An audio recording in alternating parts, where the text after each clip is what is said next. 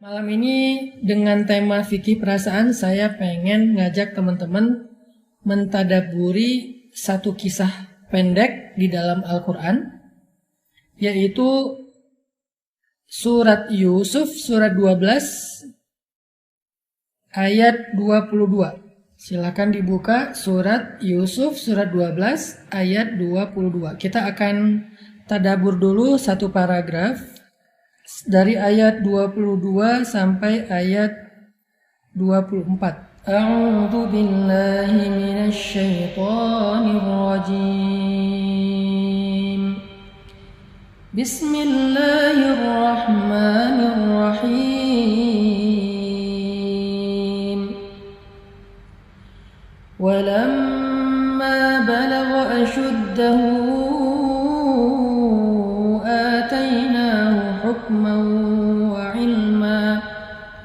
وكذلك نجزي المحسنين وراودته التي هو في بيتها عن نفسه وغلقت الأبواب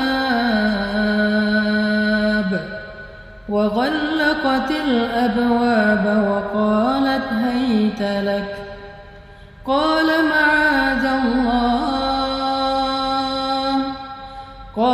معاذ الله إنه ربي أحسن مثواي إنه لا يفلح الظالمون ولقد همت به وهم بها لولا أن رأى برهان ربه كذلك لنصرف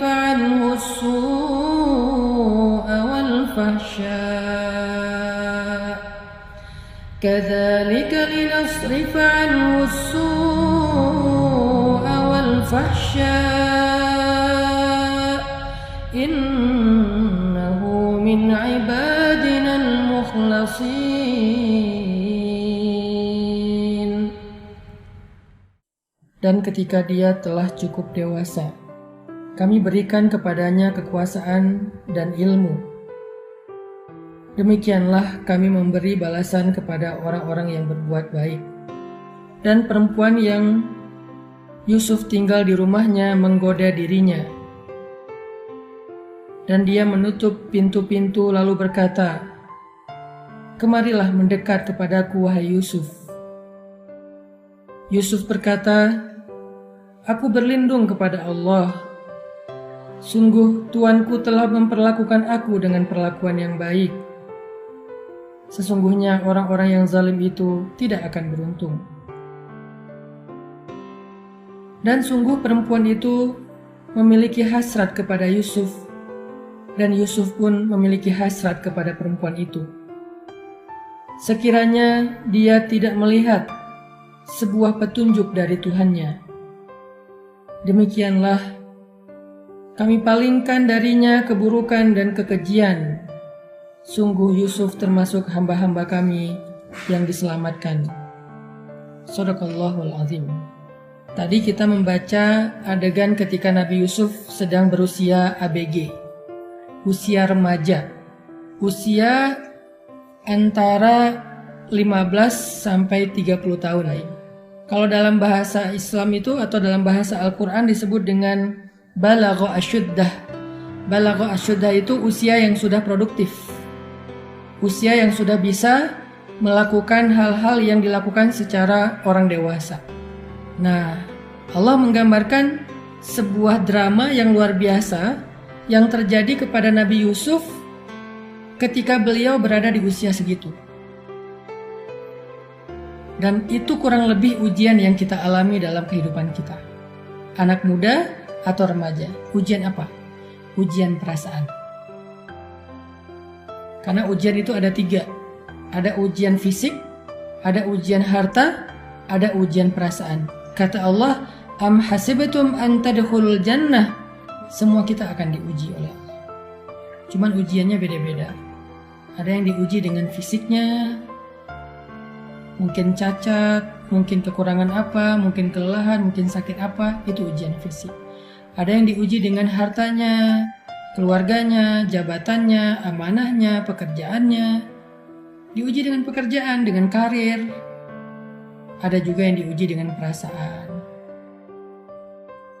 Atau kadang-kadang kita ngalamin tiga-tiganya sekaligus. Lalu ketika ujian itu terasa berat, mereka bertanya, mata nasrullah, kapan datangnya pertolongan Allah? Kata Allah, ala inna nasrullahi qarib. Pertolongan Allah itu sudah dekat. Artinya, semakin berat ujian, berarti semakin dekat dengan pertolongan. Kalau ujiannya masih ketahan, berarti pertolongannya masih berjarak. Makin berat, makin dekat. Kalau udah gak ketahan lagi, berarti sebentar lagi akan datang pertolongan Allah Subhanahu wa Ta'ala. Nah, kali ini kita membahas kisah Nabi Yusuf alaihissalam yang diuji dengan ujian perasaan. Perasaan apa? Perasaan hasrat kepada lawan jenis. Siapa yang beliau hasrat kepadanya? Istri Al-Aziz. Seorang perempuan yang cantik, seorang perempuan yang menarik, seorang perempuan yang kaya raya, bisa dibilang dia itu adalah simbol perempuan cantiknya Mesir. Jadi simbol perempuan cantik di Mesir itu bukan Cleopatra, tapi yang paling cantik di Mesir itu adalah istri Al-Aziz. Saya nggak mau menyebutkan namanya karena memang namanya ini masih debatable di antara para ulama. Memang banyak yang bilang namanya Zulaikha, tapi Allahu a'lam. Yang jelas di dalam Al-Quran disebut sebagai istri Al-Aziz. Al-Aziz itu siapa? Seorang pejabat di Mesir yang terkenal. Ternyata Nabi Yusuf diam-diam punya perasaan, punya hasrat kepada seorang perempuan yang sebelumnya Nabi Yusuf gak punya hasrat. Ini jangan suudzon dulu sama Nabi Yusufnya ya, karena beliau seorang nabi, beliau seorang pemuda yang normal, pemuda yang baik, pemuda yang soleh. Kenapa tiba-tiba punya hasrat? Padahal sebelumnya Nabi Yusuf gak ada hasrat dan gak ada kepikiran macam-macam. Nabi Yusuf tahu itu istri orang, istri seorang laki-laki yang baik kepada beliau. Jadi gak ada perasaan apapun. Nabi Yusuf tiba-tiba punya hasrat gara-gara perempuan itu menggoda Nabi Yusuf. Coba bayangin teman-teman. Orang sekeren Nabi Yusuf, sesoleh Nabi Yusuf, seideal Nabi Yusuf, seterpilih Nabi Yusuf, sehanif selurus pikirannya Nabi Yusuf, ternyata ketika digoda oleh seorang perempuan, muncul juga perasaan itu di luar kendali beliau. Tapi hasratnya bukan hasrat macam-macam ya, sekedar hasrat bahwa ada rasa bahwa oh perempuan ini menarik, oh perempuan ini cantik. Cuman segitu aja, bukan hasrat yang berlebihan, enggak. Karena para nabi itu terpelihara dari dosa-dosa besar. Tapi perasaannya ada. Gara-gara apa? Gara-gara digodain sama perempuan tersebut. Mana ayatnya? Ayatnya di ayat 23. Warawadathu allati huwa fi baitiha. Rawadat. Kata para ulama tafsir, arti rawadat, perempuan itu menggoda Nabi Yusuf dengan apa? Penampilannya, dengan sikapnya, dengan kata-katanya. Itu namanya rawadat. Dengan penampilan berarti perempuan itu berdandan untuk Nabi Yusuf. Jangankan kita, laki-laki yang lemah, laki-laki yang biasa aja, Nabi Yusuf juga ketika digituin, akhirnya Nabi Yusuf wahamma biha, ada rasa kepada perempuan tersebut. Ini bukan kata saya, tetapi kata Al-Quran di ayat 24. Walaqad hammat bihi wahamma biha. Perempuan itu berhasrat kepada Yusuf, Yusuf pun berhasrat kepada perempuan itu. Wahamma biha. Tapi bukan salah Nabi Yusuf. Karena perempuan ini menggoda Nabi Yusuf dengan kalimat warawadathu, menggoda dengan penampilan, dandan, Udah dandan yang menarik, pakai pakaian yang membuat Nabi Yusuf jadi terganggu. Pakaian apa yang dipakai oleh perempuan ini? Saya nggak perlu memperjelas, yang jelas dia memakai pakaian membuat laki-laki yang memandangnya jadi terganggu hatinya. Kebayang ya? Jadi dalam hal ini perempuan tersebut, istri Al-Aziz, menggoda Nabi Yusuf dengan penampilannya. Kemudian yang kedua, menggoda dengan ucapannya. Kayak gimana ucapannya? Dia memanggil Nabi Yusuf alaihissalam dengan nada suara yang menggoda. Apa katanya di sini? Hai talak, hai talak. Kalimat hai talak itu kalimat menggoda. Hai cowok ganteng kalau bahasa sekarang. Hai talak itu juga bisa berarti wow keren banget sih, hai talak. Hai talak itu juga bisa berarti kamu cakep deh, atau apapun lah bentuk-bentuk memuji, memancing dengan kata-kata yang membuat laki-laki itu jadi kayak ngerasa dipuji, ngerasa besar kepala, ngerasa kayak nyaman gitu dengan kata-katanya dan nada suaranya. Sehingga Allah berfirman, wala takhda'na bil qaul. Janganlah kalian melembut-lembutkan suara ketika berbicara, wahai perempuan. Kenapa? Karena bisa mengganggu laki-laki yang mendengarnya. Kalau dasarnya udah lembut ya udah nggak apa-apa. Yang penting jangan dibuat-buat. 3. Dia menggoda Nabi Yusuf dengan sikapnya. Apa sikapnya di sini? Wa ghallaqatil abwab. Dia menutup pintu kamarnya. Dia manggil Yusuf ke kamarnya, lalu dia tutup pintu, lalu dia kunci dari dalam, kuncinya dia pegang. Ini namanya sikap. Perilaku. Bisa jadi kita menggoda tanpa kita sadari dengan perilaku kita. Apa perilakunya? Tingkah laku kita, cara jalan kita, cara senyum kita. Jangan berlebihan memberikan emotikon senyum. Apalagi kalau lawan jenis, jangan kirim emotikon senyum. Kalau mau ngirim emotikon, gini aja udah sedikit. Apalagi sampai foto, mungkin fotonya dengan acting yang berlebihan, misalnya ini atau little love atau big love atau apalah, jangan. Kenapa? Tadi tujuannya adalah menghindari fitnah. Kita pengen menghindari fitnah. Jadi 3 cara perempuan itu menggoda Nabi Yusuf. Itu pun Nabi Yusuf masih mengatakan, ma'adzallah, aku berlindung kepada Allah. Itu pun Nabi Yusuf masih mengatakan, ma'adzallah, aku berlindung kepada Allah. Sampai kemudian dia menarik Nabi Yusuf ke arahnya. Dia memegang Nabi Yusuf supaya lebih dekat kepada dia. Dan dalam kondisi seperti itu, kata Allah di ayat 24, walaqad hammat bihi wa hamma biha. Perempuan itu ada perasaan kepada Nabi Yusuf, hasrat untuk berbuat dosa. Dan Nabi Yusuf juga punya hasrat kepada perempuan itu. Bukan karena Nabi Yusuf laki-laki yang tercela, bukan. Karena perempuan itu menggoda dengan cara yang luar biasa. Dan memang perempuan itu cantik, menarik, dengan penampilannya yang luar biasa. Akhirnya Nabi Yusuf pun hamma biha. Punya perasaan, punya hasrat punya keinginan kepada perempuan tersebut. Ini ayatnya. Sehingga dalam kondisi kayak gitu, Allah Subhanahu wa taala menyelamatkan Nabi Yusuf dengan apa? Laula an ra'a burhana rabbih. Allah tunjukkan burhan. Apa itu burhan? Para ulama menyampaikan banyak definisi dari burhan. Ada yang mengatakan burhan itu adalah semacam tiba-tiba muncul wajah Nabi Yakub alaihissalam di depan mata Yusuf.